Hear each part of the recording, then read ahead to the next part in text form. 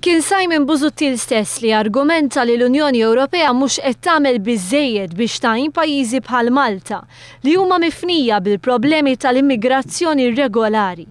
Busuttil issa qed jikkritika l-Gvern tal-li ġibet l-attenzjoni tal-Unjoni Ewropea bil-fatti u mhux bil-kliem, tenna dan fuq l-istazzjon tar-radju tal-Partit Nazzjonalista.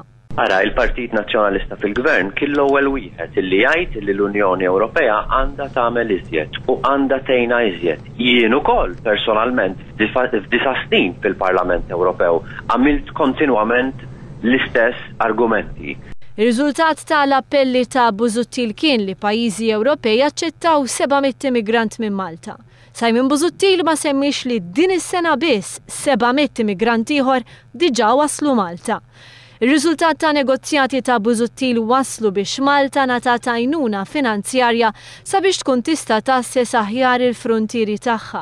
Sa dan it-tant il-problema tal-immigrazzjoni regolari mhux talli ma ssolvitx talli kull meta temp jibda jisħon jibdew jaslu Malta dajjes mimlija persuni li jkunu qed jivvjaġġaw illegalment.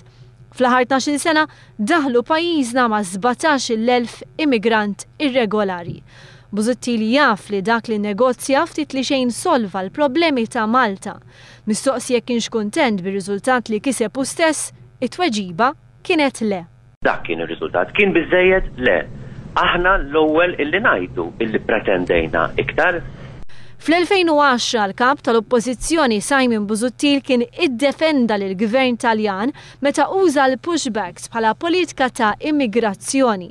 Sa dan it-tant sentejn ilu Simon Busuttil kien kiteb artiklu fejn appoġġja lill-Italja fil-ftehim li kellha mal-Libja dwar il-politika tal-pushbacks. Issa Simon Busuttil mhux talli biddel għal kollox il-pożizzjoni tiegħu dwar il-pushbacks talli qed jinsisti li huwa l-Gvern li qed iqarraq bil-poplu. U għal kollox żbaljat, dan huwa parti mill-ingann ta' dan il-Gvern. L-istess Busuttil li kritika lill-Gvern talli ma eskludix il-possibilità li jintlaħaq ftehim mal-Libja dwar l-immigranti irregolari li waslu Malta nhar it-tlieta, insista li l-ftehim mal-Libja huwa kruċjali. Filwaqt li ddefenda ftehim ta' kooperazzjoni bejn l-Italja u l-Libja dwar x'għandu jsir minn immigranti irregolari, ikkundanna lil dan il-Gvern talli prova jagħmel l-istess.